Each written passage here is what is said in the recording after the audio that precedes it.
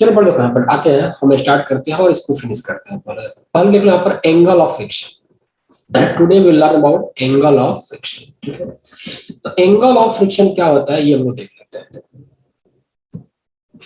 Angle of friction क्या होता है? सपोज करो कि तुम्हारे पास ये एक ग्राउंड है, ओके, और इस ग्राउंड पे एक ब्लॉक रखा गया है। इस ग्राउंड पे एक ब्लॉक को ऐसे रखा गया, ओके। अब ग्राउंड पे ब्लॉक रखा गया है। अब चूंकि हम लोग क्या पढ़ रहे हैं, फ्रिक्शन पढ़ रहे हैं, इस ग्राउंड पे क्या लग रहा होगा? ये जो ग्राउंड है इस ब्लॉक पे क्या लगा रहा होगा? एक नॉर्मल लगा रहा होगा। जी सर। ठीक है, वेट। और ये ग्राउंड इस ब्लॉक पे इधर एक फ्रिक्शन लगा रहा होगा। ये ग्राउंड जो है इस ब्लॉक पे दो तरह का फोर्स अप्लाई कर रहा है। एक तो नॉर्मल, ये भी कांटेक्ट फोर्स ही है, और ये फ्रिक्शन भी क्या है? कांटेक्ट फोर्स ही है। तो फ्रिक्शन, ये नॉर्मल, दोनों के दोनों क्या है? Contact force. तो यहाँ पर हम कह सकते हैं कि नॉर्मल का और फ्रिक्शन का दोनों का एक रिजल्टेंट कांटेक्ट फोर्स ऐसे लग रहा होगा, ऐसा कहा जा सकता है। यस वैसे मोशन तो हो ही नहीं रहा क्या मोशन नहीं हो रहा है? सर, मोशन नहीं हो ब्लॉक रहा। रेस्ट में ना। यस सर, ब्लॉक रेस्ट में होगा तो अगर क्या एक्सेलरेशन ही होगा? नहीं रिजल्टेंट फोर्स तो लगेगा ही लगेगा इस पे। देखो है। एक बात डायरेक्ट बताओ, ये ब्लॉक फ्रिक्शन कब लगता है? जब ब्लॉक मोशन की टेंडेंसी में आता है।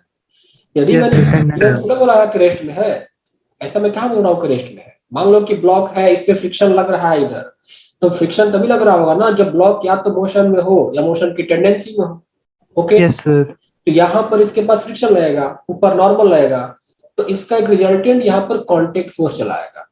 तो कहीं कहीं पे, कहीं कहीं किताबों में या कोई कोई टीचर लोग फ्रिक्शन को ऐसे भी डिफाइन कर सकते हैं कि ये कांटेक्ट, ये नेट कांटेक्ट फोर्स है। आप कह सकते हो कि यदि ब्लॉक या तो मोशन में है या मोशन की टेंडेंसी में है, तो ये नॉर्मल तो फिक्स रहेगा, यहाँ पर ये कांटेक्ट, ये फ्रिक्शन लगना शुरू हो जाएगा, तो इनका एक नेट रिजल्टेंट कांटेक्ट लगने लगा एफ सी। ओके, तो कभी कभी लोग इसको ऐसे भी डिफाइन कर सकते हैं कि friction is the horizontal component of the net contact force. तो कभी कभी फ्रिक्शन को ऐसे भी डिफाइन किया जा सकता है, friction is the horizontal component, horizontal component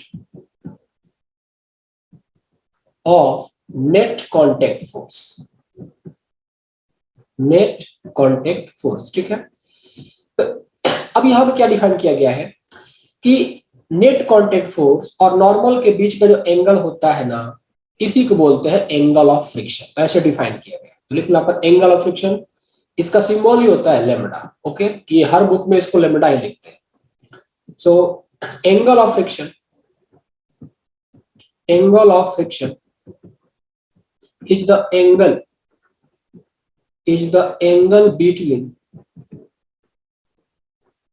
net contact force, net contact force and the normal reaction, and the normal reaction।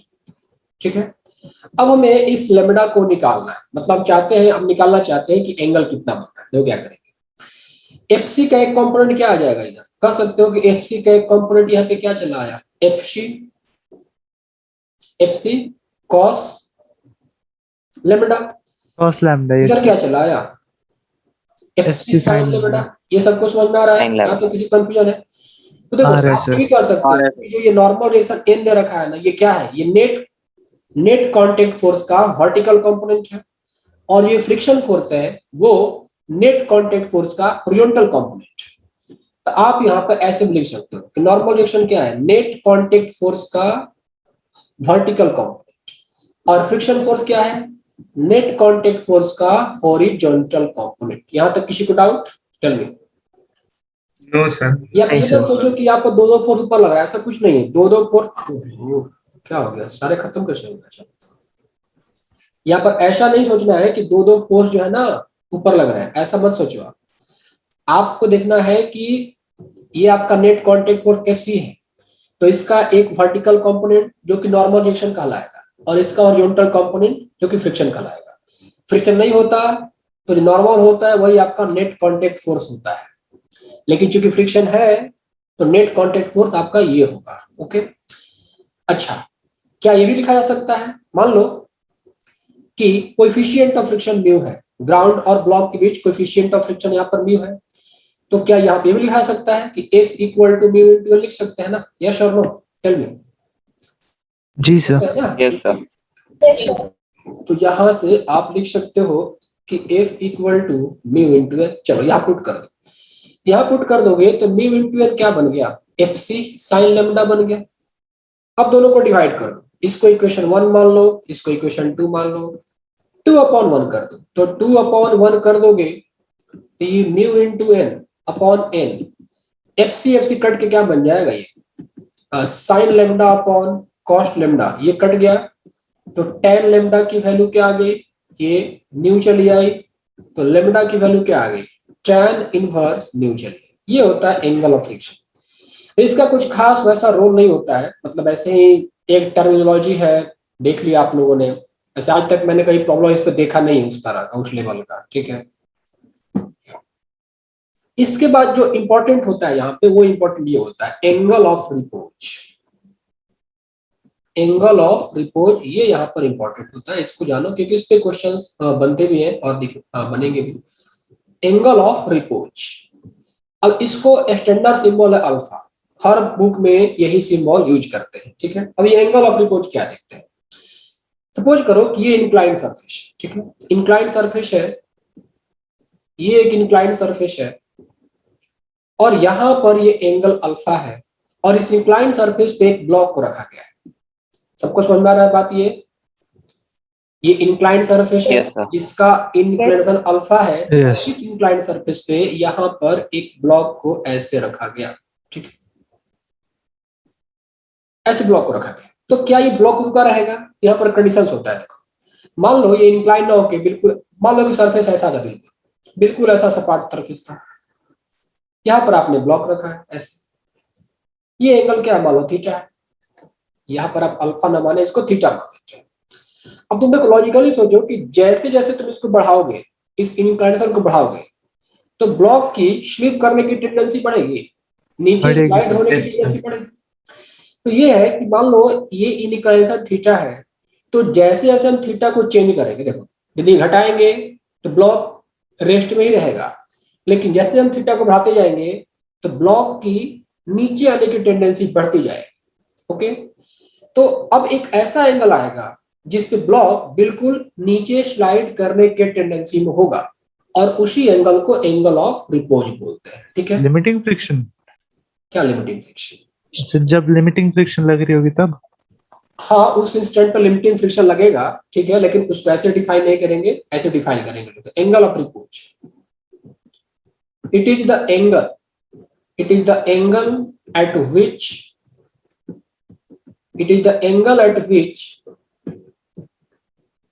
the block is on the verge of sliding down, सबको समझ में आ रहा है बात? ये क्या बता रहा हूं मैं? लॉजिकल चीज है, आप इसको खुद भी समझ सकते हो कि देखो यहाँ पर आपने एक ब्लॉक को रखा हुआ है ऐसे, और मान लो आप इसको ऐसे उठाओ, सपोज करो ये एक, मान लो ये एक कोई लकड़ी का रॉड है और इस पे इस ब्लॉक को रखा हुआ है, इन लकड़ी को उठाओगे तो क्या ब्लॉक नीचे नहीं गिरने की कोशिश करेगा? ऐसा होता है कि नहीं? कमेंट कर सकते हो तुम घर बैठे बैठे कि ये इंक्लाइंड सरफेस है, तुम इसके इंक्लिनेशन को बढ़ाते जाओगे तो ब्लॉक नीचे फिसलने की कोशिश करेगा और एक एंगल ऐसा आएगा जिसपे ब्लॉक ऑलमोस्ट नीचे फिसलने वाला ही होगा, वही एंगल कहलाता है एंगल ऑफ रिपोज। इसके बाद एंगल ऑफ रिपोज के बाद तुम एंगल बढ़ाओगे तो ब्लॉक 100% नीचे आएगा। ओके, ये बात सबको समझ में आई? किसी को आई समझ में? जल्दी बताओ। आई सर। चलो ठीक है, अब हमें एंगल ऑफ रिपोज को निकालना है। देखो निकालते हैं कैसे। चलो ब्लॉक कैपिटी बनाते हैं। मान लो अभी एंगल ऑफ रिपोज नहीं है, नॉर्मल केस में एंगल थीटा है, ये एंगल थीटा है और यहाँ पर एक ब्लॉक रखा गया है। इस केस में मैं एपीडी बनाना चाहता हूँ, तो क्या क्या फोर्स लग रहा है देखा जाए इस पर। नीचे वेट लगा mg,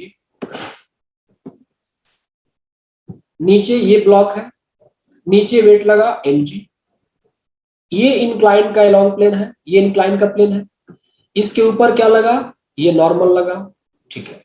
अब बताओ कि ब्लॉक की गिरने की टेंडेंसी किधर है, मतलब ब्लॉक की मोशन की टेंडेंसी किधर है, ऊपर के नीचे? नीचे है, नीचे सर लग रहा होगा।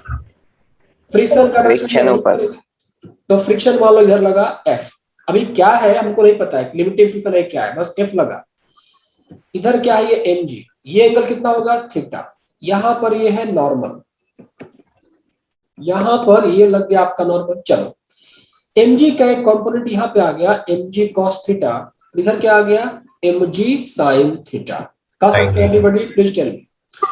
यदि अच्छा एक बात बताओ कि आखिर इस ब्लॉक को इधर स्लाइड करवाने वाला कौन सा फोर्स रिस्पॉन्सिबल है। mg ये sin block incline mg sin theta mg sin theta, इसको आप मान लो कि ड्राइविंग फोर्स है, इसी को बोलते हैं ड्राइविंग फोर्स। तो मान लो आपका ड्राइविंग फोर्स क्या, ये F है। ड्राइविंग फोर्स मतलब वो फोर्स जो ब्लॉक को मोशन में लाने के लिए रिस्पॉन्सिबल है, उसी को बोलते हैं ड्राइविंग फोर्स। तो mg sin थीटा क्या हो गया आपका, ड्राइविंग फोर्स हो गया। अब इस थीटा पे चूंकि ब्लॉक क्या रुका हुआ है ना, ब्लॉक क्या रुका हुआ है, तो ब्लॉक इज इन इक्विलिब्रियम, और कह सकते हो चलो ठीक है इक्विलिब्रियम कह दो। ब्लॉक इज इन, इतना लंबा ना लिखो, ब्लॉक इज स्टेशनरी। तो यदि ब्लॉक स्टेशनरी है, इस एंगल थीटा पे स्टेशनरी है, तो नेट फोर्स क्या होगा, जीरो होगा। तब क्या लिखोगे, n इक्वल टू क्या लिख दोगे, mg cos थीटा। और इस केस में ये फ्रिक्शनल फोर्स किसके बराबर होगा, क्या friction force, mg sin theta. एक मिनट, क्या friction force mu into L लिखूं मैं, या frictional force mg sin theta लिखूं, बताओ। देखो mg sin थीटा लिखूंगा क्योंकि देखो block rest mg sin theta.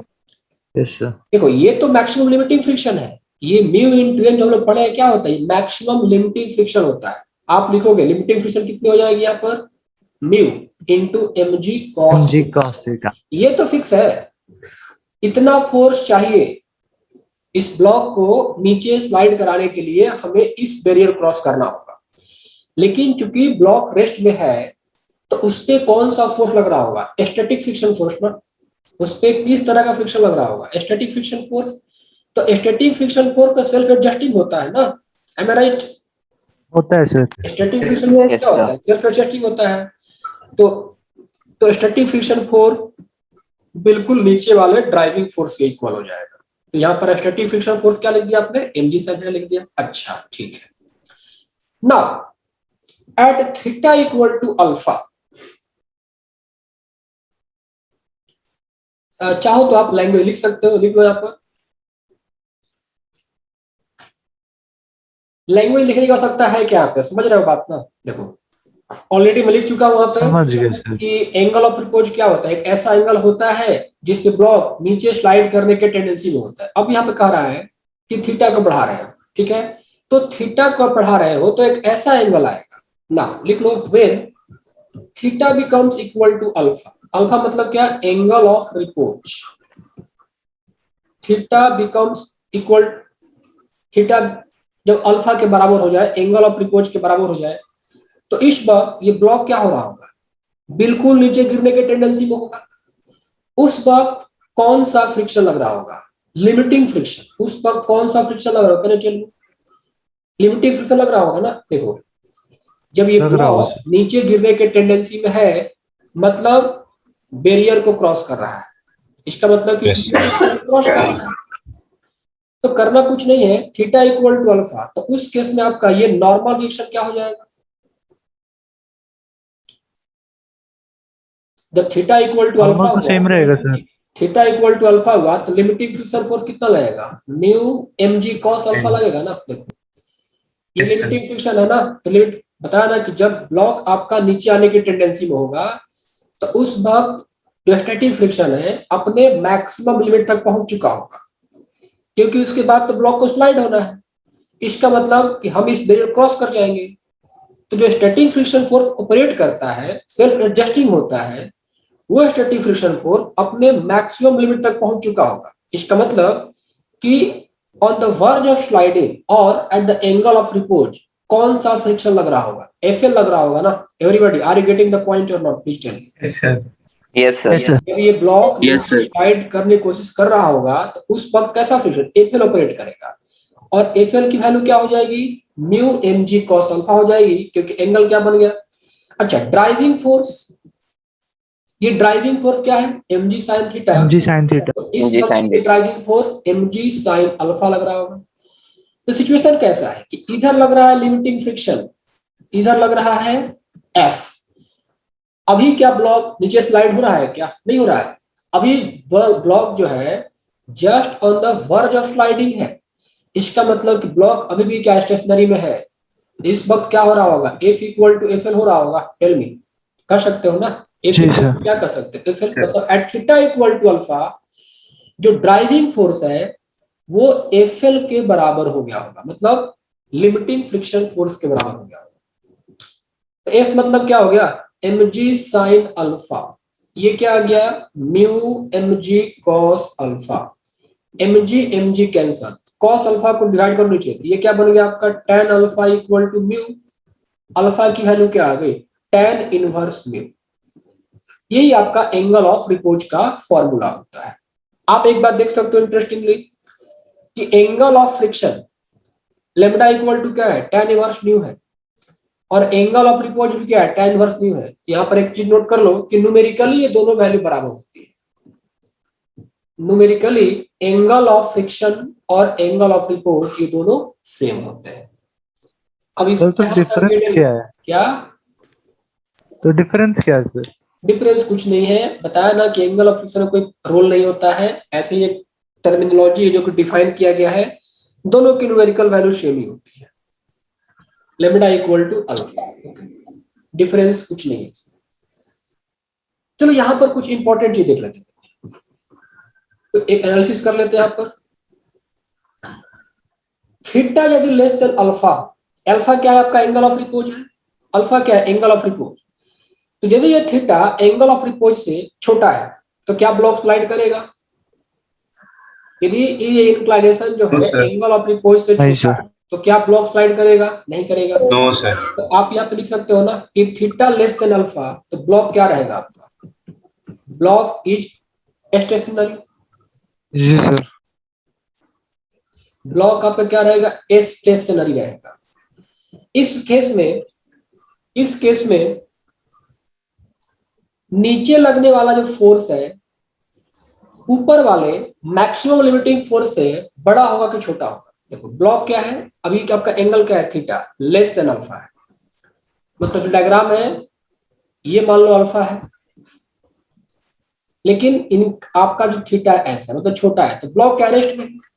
तो नीचे लगने वाला ड्राइविंग फोर्स और ब्लॉक पे मैक्सिमम लिमिटिंग फ्रिक्शन, इस दोनों में कौन बड़ा कौन छोटा है? देखो Driving force बड़ा छोटा होगा। होगा। बड़ा। एफ एल तो फिक्स है, mu M G cos alpha. Driving force छोटा होगा ना, यदि ड्राइविंग फोर्स एफ एल जी सर। क्रॉस कर गया तो Yes, ब्लॉक स्लाइड sir. हो जाएगा। तो थीटा लेस देन अल्फा होता है ना, तो ड्राइविंग फोर्स जो होता है मैक्सिमम लिमिटिंग फ्रिक्शन से छोटा होता है। बात सबको समझ में आ रही है? सिंपल सी बात है। सोचो जी सर। कि Yes, sir. इस ब्लॉक को Yes, रोकने sir. के लिए ऊपर मैक्सिमम इतना फ्रिक्शन लग सकता है, एफ एल लग सकता है। यदि ब्लॉक रेस्ट में है तो ड्राइविंग फोर्स क्या होना चाहिए? इससे छोटा होना चाहिए ना, थीटा लेस देन अल्फा पे। क्योंकि मान लो ड्राइविंग फोर्स इससे बड़ा हो गया, फिर से बड़ा हो गया, तो ब्लॉक नीचे चला आएगा। यदि थीटा इक्वल टू अल्फा होता है तो उस वक्त क्या हो रहा होगा? Block is on the verge of sliding, is on the verge of sliding. ऐसे ही बोलोगे ना कि यदि थीटा इक्वल टू अल्फा होता है तो ब्लॉक क्या होगा? स्लाइड करने के वर्ज में होगा, और उस वक्त ये दोनों फोर्स क्या होंगे? सेम हो जाएंगे। मतलब ऊपर लगने वाला लिमिट, जैसा कि देखा हमने, थीटा इक्वल टू अल्फा होता है तो दोनों फोर्स क्या हो जाते हैं? इक्वल हो जाते हैं, जस्ट बैलेंस्ड है। अब थोड़ा सा भी तुम इंक्लिनेशन आगे बढ़ाओगे वो तुरंत स्लाइड कर जाएगा। अब यहाँ पर मान लो मैंने कहा कि थीटा ग्रेटर देन अल्फा, इस केस में क्या हो जाएगा? ब्लॉक ब्लॉक स्लाइड स्लाइड ही विल करेगा। Slide down, block will slide down. और इस केस में कौन सा फोर्स किसको ओवरकम कर जाएगा? Tell me. Sir driving force बड़ा हो जाएगा। ड्राइविंग ड्राइविंग बड़ा फोर्स होगा होगा और बड़ा। एफ एल छोटा। हाँ, कभी कभी ऑब्जेक्टिव क्वेश्चन मिल जाता है आप लोगों को, ठीक है। यदि ये ब्लॉक स्लाइड करना शुरू कर दिया तो उस ब्लॉक का एक्सेलरेशन क्या होगा? अब मतलब देखो ये इंक्लाइंड सरफेस है, ठीक है। अब ये ब्लॉक स्लाइड कर रहा है, मतलब जो ये थर्ड वाला केस, थीटा अल्फा से बड़ा हो गया, मतलब ड्राइविंग फोर्स एफ एल से बड़ा है। अब उस केस में हमको देखना है कि ब्लॉक का एक्सेलरेशन क्या है। तो क्या हो जाए बताओ? नीचे ड्राइविंग फोर्स एफ, ऊपर क्या लगा? अच्छा, एक बार जब ब्लॉक चलना स्टार्ट कर दिया तो कौन सा फ्रिक्शन ऑपरेट करेगा, स्टैटिक की काइनेटिक? काइनेटिक। Kinetic friction. लेकिन यहाँ पर कोएफिशिएंट ऑफ फ्रिक्शन म्यू दे रखा है, तो बताया था ना कि यदि सेम ही आपके पास रखेंगे। अलग अलग करके नहीं दे रखा है तो F S equal to F K equal to क्या लेके चलना है, म्यू एल लेके चलना है, ठीक है। यहाँ पर आप लॉ ऑफ मोशन लिखो, तो ब्लॉक नीचे आ रहा है, एफ माइनस ऊपर लगने वाला फ्रिक्शन किसके बराबर, एम ए के बराबर होगा। एफ मतलब क्या, एम जी साइन, आप थीटा मान लो। एफ मतलब क्या, mu into N equal to M A, और नॉर्मल रिएक्शन क्या रहेगा इस वक्त, एम जी कॉस थीटा रहेगा, पुट कर दो यहाँ पे। तो M G sine theta minus mu into normal क्या हो गया, M G cos theta equal to M A हो गया, एम एम एम कटा, तो एक्सप्रेशन की वैल्यू क्या हो गई, जी into sine theta minus mu cos theta. तो ये होता है जी सर। एक्सप्रेशन थीटा पे ऐसे डिपेंड करता है। जैसे जैसे आप एंगल बढ़ाओगे, मतलब एंगल ऑफ रिपोज को क्रॉस कर लोगे, तो एक्सप्रेशन जो होगा थीटा पे इस तरह से डिपेंड करेगा। ये होता है एक्सप्रेशन का फॉर्मूला। पढ़ा है क्या, ये पढ़ा होगा तुम लोगों ने? यस सर, डिराइव ही किया था। Yes sir. तो यही डेरिवेशन है और दूसरा तरीका थोड़ा ड्राइव होगा ये। चलो आगे बढ़ते हैं। नहीं सर, ऐसे ही। अब यहाँ पर ग्राफ बनाते हैं, वेरिएशन ऑफ, मतलब पूछा जाए कि वेरिएशन ऑफ, तीन चीजें लग रही है यहाँ पे, देखो क्या क्या हो रहा है। ब्लॉक के ऊपर क्या क्या लग रहा है, कहाँ गया ब्लॉक अपना, ब्लॉक के ऊपर नॉर्मल रिएक्शन है, नीचे ड्राइविंग फोर्स है, इधर आपका फ्रिक्शनल फोर्स है ना। तो एंगल को बढ़ाने से इन तीनों पे क्या असर पड़ता है, ये ड्राइविंग फोर्स, ये नॉर्मल और ये आपका फ्रिक्शनल फोर्स, ये कैसे वेरी करते हैं एंगल को बढ़ाने से घटाने से, ये देख लेते हैं। यहाँ पर जो टॉपिक है ये है कि variation of N F L limiting friction and driving force with theta. ये ग्राफ बनाया तुम लोगों ने? ये ना सर, ग्राफ नहीं बनाया। Variation of double F L and F with angle theta, मतलब कहने का ये है कि इस इंक्लिनेशन को आप घटाओगे बढ़ाओगे, आप चेंज कर रहे हो ना, आप क्या कर रहे हो, ये इंक्लिनेशन चेंज कर रहे हो, तो नॉर्मल रिएक्शन, फ्रिक्शनल फोर्स और नीचे लगने वाला ड्राइविंग फोर्स, ये कैसे वेरी करेंगे, इन पे क्या असर पड़ेगा, ये देखना। देखो ड्राइविंग फोर्स क्या है, एम जी साइन थीटा है, नॉर्मल किस बराबर है, एम जी कॉस थीटा के बराबर, और यहाँ पर आपका ये एफ लग रहा है। लेकिन हम लोग जो ग्राफ प्लॉट करेंगे वो एफ को लेकर नहीं प्लॉट करेंगे, एफ एल को लेकर प्लॉट करेंगे, क्योंकि एफ तो सेल्फ एडजस्टिंग है ना। देखो स्टैटिक फ्रिक्शन क्या, इसकी कोई वैल्यू नहीं होती है। Are you getting the point? Static friction F S भले लिखते हैं लेकिन वैल्यू इसकी नहीं होती है, ये तो सेल्फ एडजस्टिंग होता है। ये ड्राइविंग फोर्स की वैल्यू लेता रहता है, और ये हमेशा जो होता है एफ एल से छोटा होता है और जीरो से बड़ा होता है। तो जो अब फॉर्मूला किसका होता है, लिमिटिंग फ्रिक्शन का फॉर्मूला होता है, जो आप उस वक्त भी लिखा था कि फॉर्मूला एक्चुअली में ये होता है, F L equal to mu S into N होता है। कई लोग ऐसे लिख देते हैं, एफ एस इक्वल टू, लोग ऐसे पढ़ा है क्या, इस तरह से पढ़ा है कुछ? नहीं सर, एफ एल ही पढ़ा था। हाँ, तो ये नहीं होता, ये फॉर्मूला होता ही नहीं है। स्टैटिक फ्रिक्शन क्या होता है, वो तो एडजस्ट करता है अपने आप को, एफ एल फिक्स होता है, थीटा फिक्स रहेगा तो एफ एल फिक्स रहेगा। तो जो हम ग्राफ बनाएंगे वो एफ एल का बनाएंगे, कि एफ एल कैसे वेरी करेगा। ठीक है, देखो हम किसको चेंज करने जा रहे हैं, म्यू को कि थीटा को, tell me what we are going to change, theta को। थीटा। थीटा। तो देखो एफ एल की वैल्यू क्या है, mu M G cos theta fix है, तो थीटा चेंज होगा तो एफ एल चेंज होगा। नॉर्मल क्या है, M G cos theta, theta change होगा तो नॉर्मल चेंज होगा।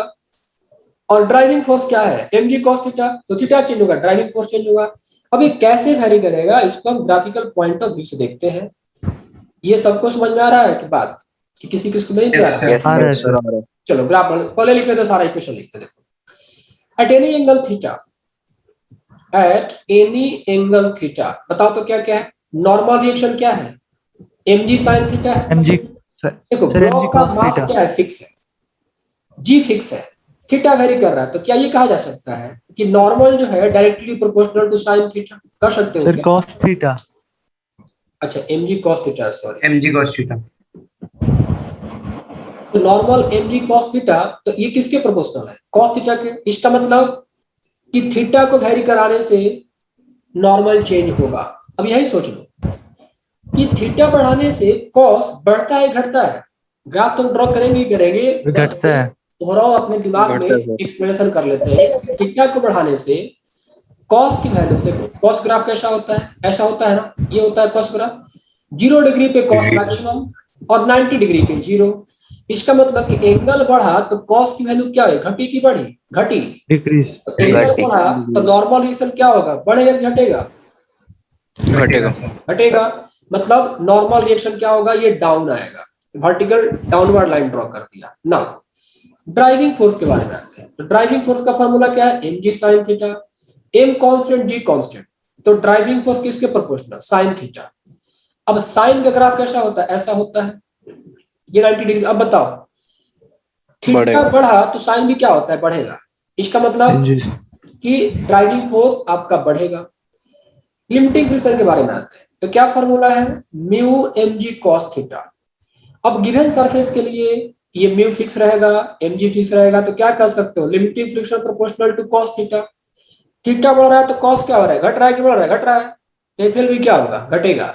इसका मतलब कि नॉर्मल रिएक्शन और फ्रिक्शनल लिमिटिंग फ्रिक्शन ये घटेंगे, जबकि ड्राइविंग फोर्स क्या होगा, आपका बढ़ेगा। Got the point everybody? Yes sir. चलो अब इसको रिकॉर्ड करता हूँ, ठीक है। अच्छा एक बात बताओ, हमें जो ये ड्रॉ करना होगा, एंगल का रेंज हम क्या रखेंगे, ये इंक्लाइंड सरफेस है, तो मैक्सिमम क्या कर सकता हूं मैं, देखो ऐसे कर सकता हूं ना, ये इंक्लाइंड है तो एंगल बढ़ा बढ़ा क्या किया था, 90 कर दो। व्हाट द पॉइंट, तो हम क्या करेंगे, 0 डिग्री से 90 डिग्री के बीच में ग्राफ ड्रॉ करेंगे, ठीक है। तो यहां पर आप ग्राफ ड्रॉ करो, ऐसे बना लो एक डायग्राम ऐसे। ये आपका y एक्सिस है, ये x एक्सिस है। मान लो कि इधर वैरी कर रहा है थीटा और इधर वैरी कर रहा है तीनों। नॉर्मल रिएक्शन वैरी कर रहा है, ड्राइविंग फोर्स और लिमिटिंग फ्रिक्शन।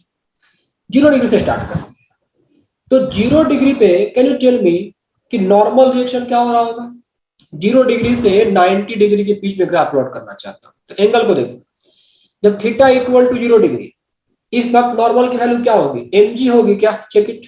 जब थीटा इक्वल टू 0 डिग्री तो नॉर्मल क्या होगा, mg। इसका मतलब कि नॉर्मल रिएक्शन कहीं यहाँ पर mg लग रहा होगा। चलो यहाँ पर नॉर्मल मार्क कर दो, कितना हो गया ये mg। और जैसे ही थीटा 90 डिग्री होगा तो नॉर्मल क्या बन जाएगा, एवरीबॉडी प्लीज रिस्पॉन्ड। 0। जैसे ही थीटा को 90 किया नॉर्मल क्या हो गया, 0। तो ग्राफ कैसा बनेगा यहाँ पे, ये ग्राफ नॉर्मल का ठीक ऐसे चला आएगा। ये आपका नॉर्मल रिएक्शन ग्राफ है। अब बताओ इसका आप एफएल का बना लो। एफएल क्या है, म्यू mg cos थीटा। तो थीटा 0 डिग्री है, थीटा 0 डिग्री है, तो उस वक्त लिमिटिंग फ्रिक्शन की वैल्यू क्या हो रही होगी, 0 डिग्री पुट कर दो तो एफएल क्या हो गया, म्यू mg हो गया क्या। एक बात ध्यान रखो कि म्यू की जो वैल्यू होती है हमेशा 1 से छोटी रहती है। मतलब रेयरेस्ट ऑफ रेयर केस में म्यू अप्रोक्सीमेटली 1 के बराबर होता है, लेकिन कभी एग्जैक्ट 1 के बराबर नहीं होता है, ठीक है। दोनों म्यू के और म्यू एस ये 1 से हमेशा छोटे ही रहते हैं। अब बताओ ऐसा क्यों? देखो ये बनावट है, सरफेस का नेचर है, ठीक है। सरफेस का नेचर ये है कि ऐसा कि कभी भी कोएफिशिएंट ऑफ फ्रिक्शन जो है हमेशा 1 नहीं होता है, 1 से छोटा ही रहेगा। ये सब तुम लोग अपने उसमें नहीं पूछते फिजिक्स वाले सर से, सर ने बताया तो नहीं ऐसा। चलो यहाँ देखो, यहाँ पे क्या है कि एफएल इक्वल टू क्या हो गया, म्यू mg हो गया। तो स्टार्ट कहां से होगा, देखो एफएल इक्वल टू ये mu mg, right, mu mg हो गया। ये भी क्या हो, घटेगा ना, जब थीटा को तुम 90 कर दोगे तो क्या हो जाएगा, cos 90 0 हो जाएगा। तो ये भी ऐसे घटेगा, ये भी क्या होगा, ऐसे घट जाएगा, ठीक है, घटेगा ये भी। अब आते हैं ड्राइविंग फोर्स पे। तो ड्राइविंग फोर्स क्या है आपका, mg sin थीटा है। थीटा को 0 डिग्री कर दोगे तो एफ क्या रहेगा, 0 रहेगा क्या, चेक इट। साइन 0 डिग्री क्या होता है, 0। मतलब एफ जो होगा 0 से स्टार्ट होगा। यहाँ पर ऐसे एक लाइन ड्रॉ करना है ऐसे, क्योंकि आपको जो ग्राफ ड्रॉ करना है इसी रेंज में ड्रॉ करना है। तो ड्राइविंग फोर्स जो ऐसे आपका बढ़ेगा और 90 पे ये बिल्कुल mg हो जाएगा, चेक कर लो। 90 पुट कर दोगे साइन 90 क्या होता है, mg। अब देखो एफएल का लाइन और एफ का लाइन, ये किसका लाइन है, ये एफ का लाइन है। दोनों कहां पे कट किया, यहाँ पे कट किया। मतलब ये एंगल कौन सा एंगल होगा, can you tell me. Angle of repose होगा ये, रिपोज, यस सर। क्योंकि जहां पर एफएल और ड्राइविंग फोर्स इक्वल हो जाते हैं वो एंगल क्या कहलाता है, एंगल ऑफ रिपोज कहलाता है। तो ये था ग्राफिकल वेरिएशन, सबको समझ में सर आएगा? दूसरा 45 डिग्रीज होगा, क्या दूसरा जहाँ पे कट हो रहा है 45 ये? डिग्रीज। Yes sir. हाँ ये 45 डिग्री हो जाएगा क्योंकि दोनों बराबर हो रहा है ना। Yes sir. यहाँ पे क्या हो रहा है कि mg cos theta equal to ये mg sin थीटा हो रहा है, mg mg कट जाएगा तो tan थीटा इक्वल टू क्या हो गया 1, तो थीटा इक्वल टू क्या हो गया 45 डिग्री। इस ग्राफ में किसी को डाउट है? Tell me everybody. नहीं, एक चीज नो सर। पूछनी है सर। क्या पूछनी थी बताओ। सर जैसे अगर जैसे आपने बताया कि कोएफिशिएंट ऑफ फ्रिक्शन अगर 1 से कम ही रहता है और ग्राफ तो ऐसा ही बनेगा, तो हम ये कह सकते हैं कि एंगल ऑफ रिपोज 45 डिग्री से कम होना चाहिए। सबको पता है कि आई थिंक क्लियर हो गया कॉन्सेप्ट, कॉन्सेप्ट क्लियर हो गया, बिल्कुल सही है। देखो यहाँ पे क्या लिखा है, कहाँ गया एंगल ऑफ रिपोज का फॉर्मूला, कहाँ गया? अरे एंगल ऑफ रिपोज का फॉर्मूला कहाँ गया? tan alpha equal to tan alpha, देखो यही है ना, म्यू इक्वल टू क्या है tan अल्फा, ठीक है। म्यू क्या रहेगा, लेस देन इक्वल टू 1 रहेगा, ठीक है। इसका मतलब tan म्यू की वैल्यू क्या रहेगी? Less than Less than 45. Equal to tan alpha, right ना, म्यू इक्वल tan अल्फा है, so mu less than equal to 1, तो tan अल्फा भी क्या रहेगा, लेस देन इक्वल टू 1 ही रहेगा। जी sir. Alpha less than equal to क्या कहेंगे 45 डिग्री। I think 45 degree. ये सॉल्व है ऐसे ही, मतलब एंगल ऑफ रिपोज जो होगा ना 45 से छोटा होगा, सर आ गया। Alpha Yes, sir. Equal to 40, graph से भी दिख गया और ऐसे भी दिख गया, ठीक है। और भी सारे क्वेश्चन हम लोग करेंगे, ठीक है। सब लोग क्वेश्चन देखे हो या फिर मेरे भरोसे ही बैठे हुए हो? क्वेश्चन देखा है सर। तो क्वेश्चन क्या है, इसमें सारे कॉन्सेप्ट आपके क्लियर हो जाएंगे। क्वेश्चन ये लिखा हुआ है, एग्जाम्पल यहाँ पे क्वेश्चन ये कह रहा है कि यहाँ पर एक इंक्लाइंड सरफेस है, यहाँ पे ये एक इंक्लाइंड सरफेस है, ठीक है, और यहाँ पर इसका एंगल जो है ये एडजस्टेबल है। ये इंक्लाइंड सरफेस है, इस पे एंगल थीटा दे रखते हैं। देखो यहाँ पर क्या है कि क्वेश्चन नंबर 1 है, ये इंक्लाइंड सरफेस है, यहाँ पर एक ब्लॉक को रखा गया है, यहाँ पर क्या एक ब्लॉक रखा गया है जिसका मास है 2 kg, और देख सकते हो कि यहाँ पर म्यू की वैल्यू क्या रखी है 1 रखी हुई है, ठीक है। तो इस म्यू से तुम्हें क्या कंफर्मेशन मिला कि अल्फा की वैल्यू क्या हो जाएगी 45 डिग्री। 45 एंगल ऑफ रिपोज क्या होगा इस केस में 45 डिग्री होगा। 45 डिग्री। तो साथ साथ क्वेश्चन करते चलो कि अब इस ब्लॉक को नीचे स्लाइड करने के लिए ये एंगल थीटा 45 के बराबर या सॉरी 45 से क्या होना चाहिए, बड़ा होना चाहिए, है राइट? एंगल क्या आ गया यस सर। 45 डिग्री आ गया। तो इस ब्लॉक को अब नीचे स्लाइड करने के लिए ये थीटा की वैल्यू क्या होनी चाहिए 45 से बड़ी होनी चाहिए। ओके, और भी इंफॉर्मेशन देख लेते हैं क्या क्या रखा है। और कुछ है नहीं, जी की वैल्यू यहाँ पर 10 मीटर पर सेकंड स्क्वायर लेनी है, पर सेकंड स्क्वायर। यहाँ पे कुछ ऐसा ऑप्शन बना कर कॉलम 1 में लिखा है, कॉलम 1 है और यहाँ पर ये कॉलम 2 है। ओके, कॉलम 1 में क्या लिखा है, force of friction, force of friction, force of friction theta when theta equal to 0 degree, force of friction when theta equal to 0 degree. Option B है यहाँ पे 10 न्यूटन, ये दे रखा है। दूसरा है force of friction, force of friction when theta equal to 90 degree, और यहाँ पर ऑप्शन क्यू जो है 10√3 न्यूटन है। ऑप्शन सी ये लिखा है force of friction, force of friction, force of friction when theta equal to 30 degree, और यहां पर ऑप्शन आर में क्या लिखा है 10/√3 newton. Option D, option D क्या है, force of friction, force of friction when theta equal to 60 degree, और ऑप्शन एस पे क्या है यहाँ पे none of the above, none of the above. चलो ट्राई करते हैं एक बार, ठीक है। तो ये डायग्राम है, यहाँ पर अरेंजमेंट है।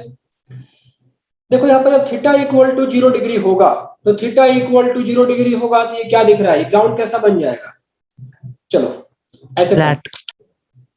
थीटा इक्वल टू 0 डिग्री, ये ग्राउंड बिल्कुल ऐसे दिखेगा क्या? Tell me. हाँ सर। 0 डिग्री होगा तो बिल्कुल क्या दिखेगा? ऐसे रफ सरफेस दिख जाएगा। तो इस वक्त ये ब्लॉक बिल्कुल स्टेशनरी होगा क्या? Tell me. इस वक्त बिल्कुल स्टेशनरी, क्या इस पे कोई फ्रिक्शन फोर्स लगेगा? No sir. फ्रिक्शन फोर्स तब ऑपरेट होता है ना जब मोशन टेंडेंसी ऑफ मोशन। कोई एक्सटर्नल फोर्स लगाए, उसको मतलब ड्राइव करने की कोशिश करे। तो थीटा 0 डिग्री है, कोई एक्सटर्नल फोर्स नहीं लग रहा है, तो फ्रिक्शन फोर्स क्या होगा? 0 होगा। ये सबको समझ में आई बात कि नहीं आई? Yes sir. फास्ट, सबको समझ में आ गई बात? चलो, yes sir. Yes, sir. Theta equal to 0 degree है तो फ्रिक्शनल फोर्स क्या है? 0 है। मतलब 0। ये जो है इसमें से एस से मैच कर जाएगा, मैचिंग बाद में करा लेंगे, ठीक है। थीटा इक्वल टू अगला एंगल क्या है? 90 डिग्री। अब देखो 90 डिग्री कर दिया तो उस वक्त क्या होगा? डायग्राम ऐसा बन जाएगा, चेक इट। लो, हाँ सर। 90 डिग्री कर दिया तो डायग्राम ऐसा बन जाएगा। तो क्या लगता है, कोई लिमिटिंग फ्रिक्शन पे चेक कर लेते हैं। लिमिटिंग फ्रिक्शन मैक्सिमम कितना लग सकता है, इस पे चेक कर लेते हैं कि एफएल क्या होता है? Mu MG cos theta, right? Mu MG क्या है? Cos theta. और यहां बताओ, मतलब मैक्सिमम एंगल ऑफ रिपोर्ट क्या दे रखा है? 45 डिग्री। तो इस पे मैक्सिमम लिमिटिंग फ्रिक्शन क्या लग सकता है? कॉस थीटा ना कि कॉस अल्फा होगा, क्योंकि मैक्सिमम लिमिटिंग फ्रिक्शन तो एंगल ऑफ रिपोर्ट तक जाएंगे। So mu MG cos 45 degree. पहले बताओ ये सबको समझ में आया कि नहीं? मैं यहाँ पर अल्फा क्यों ले रहा हूँ? Yes sir. एफएल चाहिए ना, तो क्या होता है? Maximum frictional force MG cos alpha. Cos alpha क्यों लगाया? क्योंकि एफएल उस इंस्टेंट का फोर्स है जब ब्लॉक बिल्कुल स्लाइड करने के टेंडेंसी में, मतलब एंगल ऑफ रिपोज वाला एंगल यूज करेंगे। Got the point everybody? mg cos theta use करके हम mg cos अल्फा यूज करेंगे। क्यों यूज करेंगे बता चुका हूं, पहले भी देख लो। यहाँ पर एफएल का फार्मूला क्या था? स्लाइड चेंज हो चुका है। एफएल का फार्मूला ये था ना, लिखा तो था उस पर, mu into mg cos alpha. Alpha क्यों यूज करते हैं? क्योंकि लिमिटिंग फ्रिक्शन तब लगता है जब ब्लॉक बिल्कुल स्लाइड करने के टेंडेंसी में होता है, और जब वो स्लाइड करने के टेंडेंसी में होता है तो एंगल क्या बनता है? अल्फा बनता है। तो म्यू की वैल्यू कितनी दे रखी है? 1 दे रखी है। मास कितना है? 2 kg, ये है 10। और cos 45 कितना? √2। तो देखा जाए तो 10 √2, मतलब मैक्सिमम लिमिटिंग फ्रिक्शन इस पे 10 √2 ही लग सकता है। मैक्सिमम लिमिटिंग फ्रिक्शन कितना लग सकता है? 10 √2, राइट? Yes sir. ये बताओ कि ब्लॉक यहाँ पर नीचे वेट कितना लगा? यदि ब्लॉक ऐसे हो गया, मतलब 90 डिग्री हो गया, तो ये नीचे mg लगने लगा। अब बताओ ड्राइविंग फोर्स कितना लगा? mg, m मतलब 2, ये 20 न्यूटन का फोर्स नीचे लगा, जबकि मैक्सिमम फ्रिक्शनल फोर्स इस पे 10 √2 न्यूटन का ही लग सकता है। तो क्या ब्लॉक रुकेगा इस पे? Tell me. नहीं से चला जाएगा। नहीं। कहाँ चला जाएगा? चलेगा सर। नीचे आ जाएगा। तो उस नीचे। केस में फ्रिक्शनल फोर्स कितना ऑपरेट कर रहा होगा? सर वही लगेगा, सेम लगेगा सर। 10 √2 ही लगेगा सर। फ्रिक्शनल फोर्स 10 √2 कैसे लग जाएगा? लगेगा ही नहीं ना, 0 लग जाएगा फ्रिक्शनल फोर्स। ऐसा 0 होना चाहिए। कैसे सर? Please sir. देखो कैसे कैसे लिमिटिंग फ्रिक्शन क्या होती है? तो स्टैटिक फ्रिक्शन का मैक्सिमम लिमिट है ना, जी सर। जबकि फ्रिक्शनल फोर्स काइनेटिक फ्रिक्शन की। देखो जब ब्लॉक मोशन में आ गया तो काइनेटिक फ्रिक्शन लगेगा, am I right? जब ब्लॉक मोशन में आ गया तो क्या लगेगा? Kinetic friction. और फार्मूला क्या होता है? म्यू इनटू एन, म्यू के इनटू एन। ये म्यू के एन कितना? mg cos theta. थीटा कितना बन रहा है? 90 डिग्री बन रहा है क्या? थीटा कितना बना? Yes, sir. 90 डिग्री। तो क्या फ्रिक्शन लगेगा? बताओ यार फटाफट। No sir. अरे नहीं लगेगा। क्या? 0 हो गया सर। अच्छा सर। cos 90 degree. देखो 0 हो गया ना, फ्रिक्शन तो 0 हो गया, क्योंकि फ्रिक्शन का फॉर्मूला ये तो भूल नहीं सकते हैं ना। फ्रिक्शन का जो फॉर्मूला है ये म्यू mg cos थीटा, इसको तो भूल नहीं सकते हैं। थीटा 90 डिग्री हो गया, Yes, sir. फ्रिक्शन क्या हो जाएगा? 0 हो जाएगा। नहीं समझ में आया क्या? आया सर। आ गया सर। आ गया सर। सब लोग बताओ यार। आकृति, हाँ सर आया। ये अन्नू कौन है? पहली बार देख रहा हूँ। हुई Annu this? Annu, Khushboo, Mahak, tell me, लक्ष्य, आगे माधव, आगे साक्षी। क्योंकि देखो हम ये नहीं कह सकते हैं ना कि थीटा 90 डिग्री हुआ तो हम ये कैसे कहेंगे कि फ्रिक्शन फोर्स 10√2 न्यूटन, ऐसा थोड़ा ही होता है। अरे फ्रिक्शन फोर्स ड्राइविंग फ्रिक्शन के बराबर तभी तक होता है ना जब तक ब्लॉक क्या हो, स्टेशनरी में हो। और ये तो फ्रिक्शनल फोर्स की मैक्सिमम लिमिट है। ये जो एफएल है ये फ्रिक्शनल फोर्स की मैक्सिमम लिमिट है। ब्लॉक ने उसको भी तोड़ दिया तो ब्लॉक क्या चलाया, मोशन में आ गया, तो लगेगा काइनेटिक फ्रिक्शन। तो काइनेटिक फ्रिक्शन का एक फार्मूला ये होता है mu K M G cos Yes, sir. Theta. Theta 90 degree, friction 0 हो गया, कुछ फ्रिक्शन नहीं लगेगा इसमें। अगला एंगल क्या रखा है, थीटा इक्वल टू 30 डिग्री। अब बताओ थीटा 30 डिग्री है तो क्या कोई फ्रिक्शनल फोर्स लगेगा ब्लॉक पे? yes, static friction. ऐसा लगेगा। Yes, sir. हाँ लगेगा। देखो हमारे पास एंगल ऑफ रिपोर्ट क्या है, 45 डिग्री। तो जब तक हम 45 डिग्री से कम वाले पोर्शन में रहेंगे तब तक तो ब्लॉक रुका ही रहेगा। समझ में आ रही बात? जब तक हम 45 डिग्री से कम के एंगल में रहेंगे ब्लॉक आपका रुका ही रहेगा ना। नहीं समझ में आई? तो नीचे driving force mg sin theta. तो इस ब्लॉक को स्टेशनरी में रखने के लिए इधर क्या लगना चाहिए, स्टैटिक फ्रिक्शन लगना friction चाहिए। तो उस केस में क्या लगेगा, स्टैटिक फ्रिक्शन कितना लग जाएगा, mg sin 30 डिग्री। m कितना है, m कितना है 10, That 2 Newton. मतलब 2 kg है सर m तो। m है 2 kg, ये 10 हो गया, sin 30 कितना 1/2, ये कट गया तो कितना आ गया 10 न्यूटन चला आया। मतलब यहाँ पर ऑप्शन कुछ मैच कर रहा है क्या? हाँ ये मैच कर जाएगा, Yes, sir, इससे 8. मैच कर जाएगा। ठीक है, अब थीटा 60 डिग्री। अब बताओ थीटा 60 हो गया तो ब्लॉक नीचे के ऊपर, नीचे जाएगा सर। क्यों? जाएगा, सर। क्योंकि एंगल ऑफ रिपोर्ट क्या हो सकता है, एंगल ऑफ रिपोर्ट ज्यादा है। 45 ज्यादा डिग्री, और ये हो गया 45. कॉस कर गया। तो अब यहाँ पर ब्लॉक नीचे मूव करना शुरू कर देगा। अब ब्लॉक जब नीचे मूव करना शुरू कर दिया तो उस पे फ्रिक्शनल फोर्स लगेगा। कितना लगेगा, काइनेटिक फ्रिक्शन। मतलब ब्लॉक क्या हो गया, नीचे स्लाइड करना शुरू कर दिया। तो जब ब्लॉक नीचे स्लाइड करना शुरू कर दिया तो कौन सा फ्रिक्शन ऑपरेट करेगा उस पे, tell me. Kinetic friction kinetic into mg cos theta. Theta कितना इंस्टेंट पे 60 डिग्री है। अब देखो बताया था ना कि यदि म्यू के और म्यू एस अलग अलग करके ना दिया रहा है तो दोनों क्या लेना है, सेम लेना है। बताया था ऐसा कुछ, म्यू के और बताया था म्यू ना। एस दोनों को अलग अलग ना दिया रहा है, दोनों को सेम ले लेना है। ये 1 ले लो, मास तुम्हारा 2 kg, ये 10, और cos 60 डिग्री कितना होता है 1/2, कितना आ गया 10 न्यूटन। मतलब इस केस में भी जो फ्रिक्शन फोर्स लगेगा वो 10 न्यूटन का ही लगेगा। समझ में आया सबको बात? हाँ सर। क्या क्वेश्चन था ना, कंसेप्ट Yes, sir. नहीं मेरा बताओ। हर तरह का वेरिएशन Yes, देखिए तुम लोगों क्लियर ने, हो गया सर अब। Yes sir. तो इसलिए क्वेश्चन उठाया गया था ताकि अब इसका ऑप्शन क्या होगा, ए किससे मैच कर जाएगा, एस से मैच करेगा, बी भी एस से मैच करेगा, बाकी सी और डी टी से मैच करेंगे। इस क्वेश्चन में किसी को कुछ कंफ्यूजन हुआ तो बता सकते हो तुम लोग। No sir. no sir. नहीं इस तरह से जो कॉम्प्लेक्स, इस तरह जो फ्रिक्शन का जो कॉन्सेप्ट था मैंने खत्म करा दिया। मतलब कॉन्सेप्ट में कुछ नहीं रह गया, बड़ा गया तो प्रॉब्लम प्रैक्टिस।